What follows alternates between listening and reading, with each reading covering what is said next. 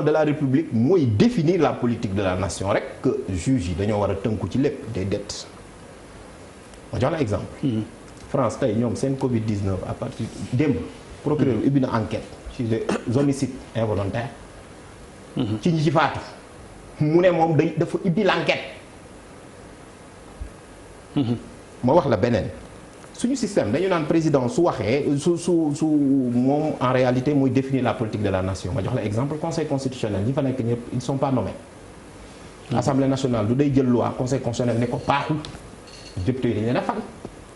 président day initier mu dem assemblée nationale ñu yóbbu ko conseil constitutionnel mu ne baaxul le président Aliou Niang mi ngi nii la juridiction financière la cour des comptes mais dañuy ñëw mu ne lii ak lii ak lii baaxul redresser ko def des recommandations qui sont contraignantes contrairement à ce que pensent les autres les recommandations de la cour des comptes sont contraignantes am na ñu naan c'est de simples rapports non beneen bi ci topp mooy tey su ñu ñëwee ni en réalité le ministre de la justice mën na fi nekk pour l'organisation de la justice mais mooy li ma doon wax sànq ça veut dire que tey jii nii en réalité ñun le parquet doole bi ñu ko jox dafa méngoowutul ak jamono xam nga lu tax méngoowutul ak jamono dama koy wax tout le temps ñun dañuy fàtte loi damay wax rek état d'urgence la ñu nekk la loi de 69 elle est obsolète moom moo tax mënuñu am urgence sanitaire la ñu nekk qui demande un état social et non pas un état policier.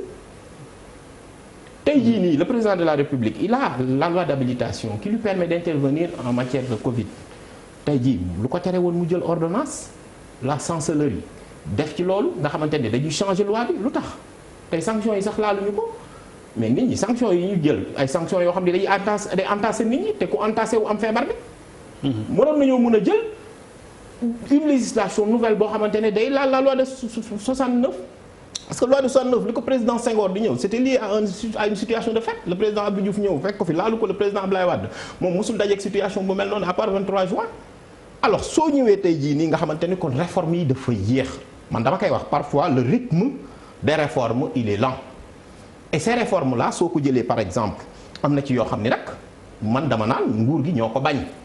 parce que toujours les hommes politiques au Sénégal ils disent ceci avant moi la constitution elle est bonne. Elle est mauvaise, pardon. Après moi, elle le sera beaucoup plus. Mais pendant que je suis au pouvoir, on n'y touche pas. Réforme yi ñuy wax ni yu ci bari. C'est dans la constitution de la CNRI. bu prévoiroon même un juge des libertés. commission nationale de réforme des institutions. union des magistrats li ñu fiy waxtaan nii axes principaux yi moo ko joxe man inventé wu ma ci dara. ñoom ñoo wax ni lii suñ ko defee dinañu am une indépendance le président de la République bi mu demee rentrée solennelle.